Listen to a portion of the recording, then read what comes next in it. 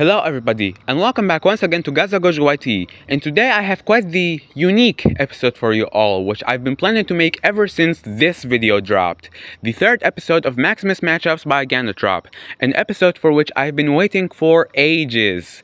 And I'm glad to say that all that wait was absolutely worth it, as not only did my hybrid Iblis make an appearance in that episode, but boy oh boy did he sure make me proud, by pulling off a mid to high difficulty win over his opponent Maximus, arguably the best result amongst any of the contestants that were featured in that episode, if I remember correctly.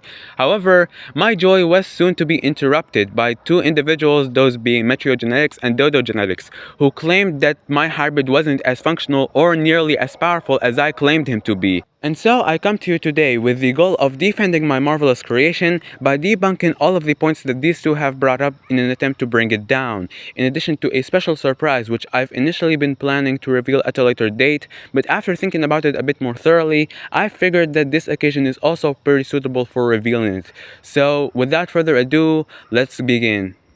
Argument number 1. Overly complex genome. Starting off with a basic argument that I've debunked time and time again, and yet for some weird reason people just won't listen.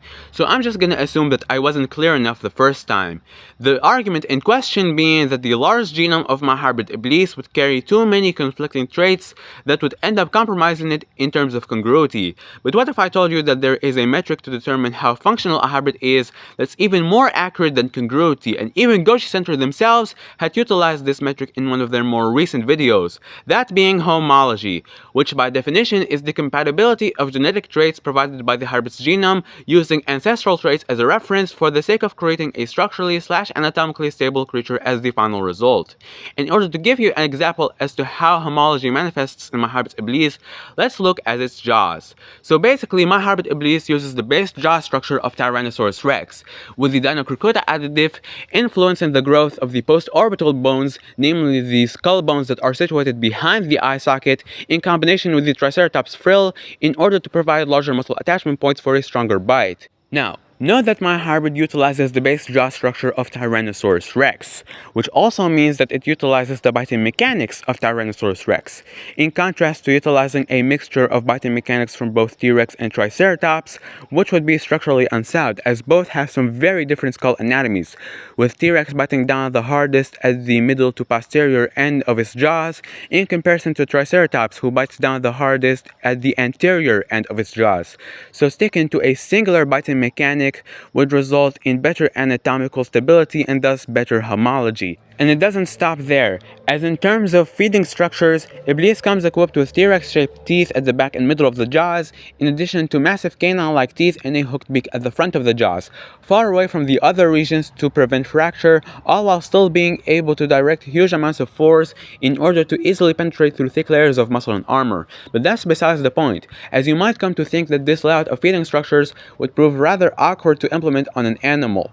But little do you know, there's an actual group of dinosaurs called Heterodontosaurs who had a near identical layout of feeding structures, in the form of regular teeth at the back and middle of the jaws, in addition to massive tusk-like teeth and a beak at the front of the jaws. And so this layout of feeding structures should be supported by real-life homology as demonstrated by this group of dinosaurs. I could go even deeper and delve into more examples of how homology manifests in my hybrid Iblis, but to prevent this video from being overly long, here is a quick summary. Homology isn't necessarily related as to how many contributors your hybrid possesses, as while yes, a smaller genome would be easier to handle in terms of homology, even a large genome, if done correctly, can still do the job just fine, and this is exactly what happens with my hybrid Iblis. Anyways, moving on to the next argument. Argument number 2. Size.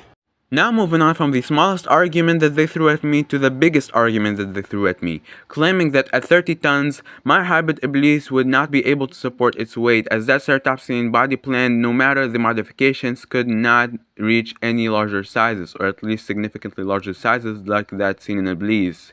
Which, just to start off, I do want to mention that for some weird reason people seem to mistake my hybrid's weight for 30 metric tons when in fact it's 30 US tons, which translates to approximately 27.3 metric tons. And with that information cleared out, let's move on to the next segment where we debunk this statement. Now, very quickly, I'd like to give a shout out to SheMath Musician from Discord for doing all of the boring math for me. Anyways, as you can see from the writings on the left, there are a lot of shenanigans that factor into how effectively my hybrid Iblis can carry his own weight. But let's start off with the limbs. With Ledu Mahadi, which provides the base forelimb structure, weighing in at 13.2 US tons, with 30 to 40% of that body weight being supported by those front limbs, with some studies suggesting that it can even carry over half of its weight on those front limbs. And Supersaurus, which provides the base hind structure, weighing in anywhere between 35 to 50 US tons, with 70 to 80% of that weight being supported by the hind limbs.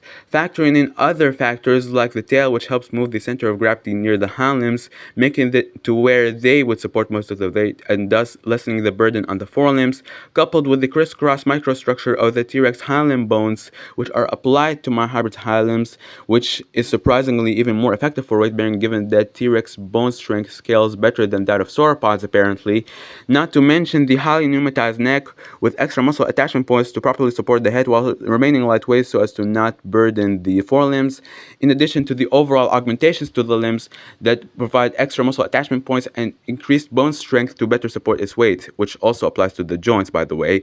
And all in all, this results in a weight bearing efficiency of 40 US tons, meaning that my hybrid can carry additional 10 tons just fine. Well, at least according to these calculations, which once again I'd like to thank SheMath Musician for doing them for me. And this should hopefully give you an idea on just how effectively my hybrid Iblis can carry its own weight. Now, just want to clear out, there are many other factors that do play in this, but I don't want to make this video overly long, so hopefully this should give you the overall idea on that this statement is basically false. Argument number 3. Speed and agility. The last argument to debunk, as previously mentioned, is that my hybrid, if he could support his weight, which as I've just proven he can, would be very slow and sluggish. And in order to debunk this argument, let me give you a little insight on my hybrid's bones. Trust me, you'll understand why this is important in a little bit.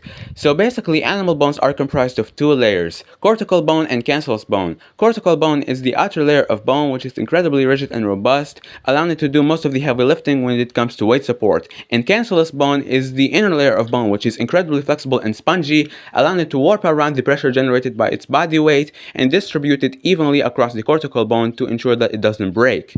In the case of my hybrid, these two traits were heavily extremified.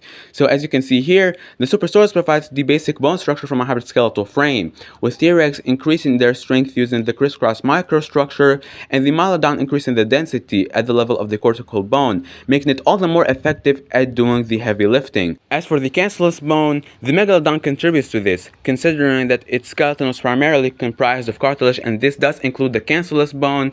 This would make it to where I could utilize the Megalodon additive to distribute the cartilage of Supersaurus, which is better adapted for weight support on land, onto the cancellous bone, replacing its bony composition with cartilage, making it better at warping around high amounts of pressure and distributing it evenly across the cortical bones, which are heavily thickened and reinforced, courtesy of the fact that cartilage is a little bit less strong than bone but is a lot more flexible and can be heavily reinforced using mineralization from Iblis's diet, which it can accumulate as it grows up.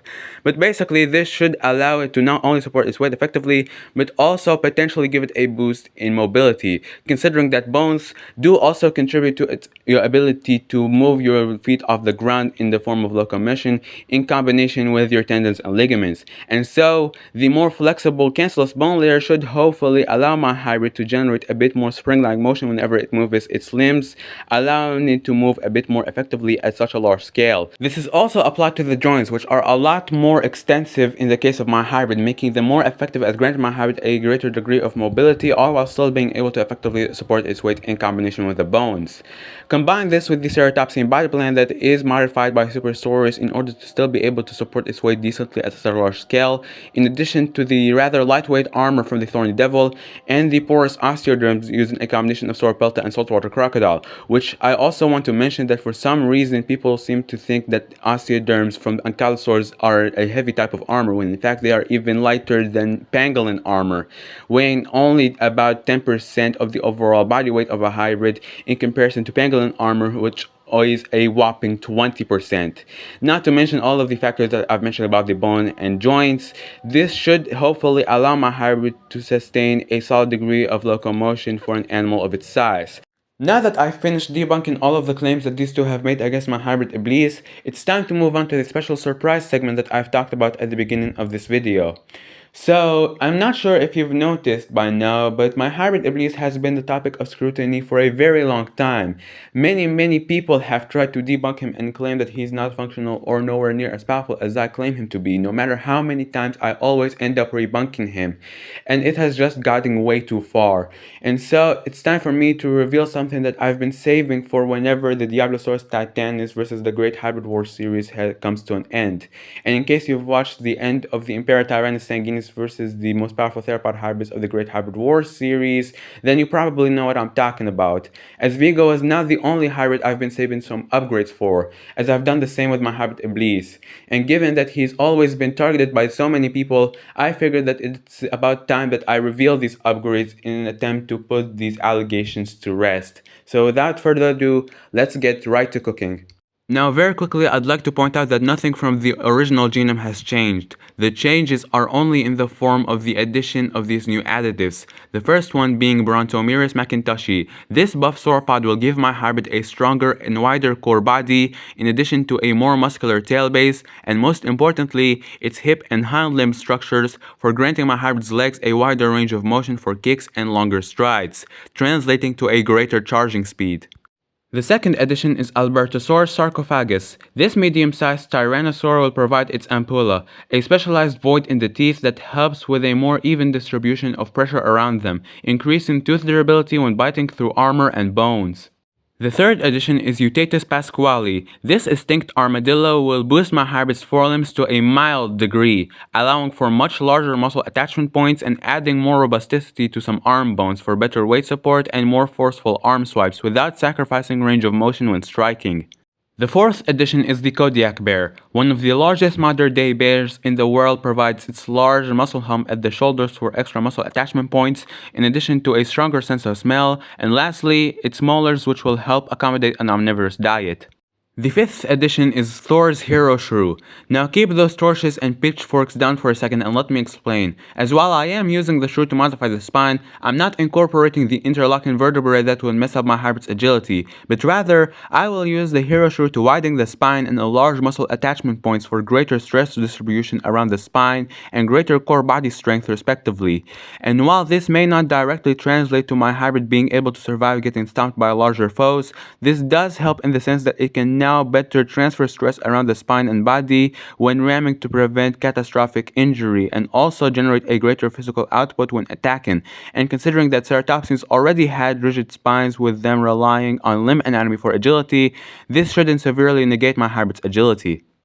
The sixth addition is the spiny mouse. Seeing that cartilage erodes relatively quickly in comparison to bones, the spiny mouse fixes this issue by granting my hybrid its ability to regenerate said cartilage, allowing it to retain its structural perks.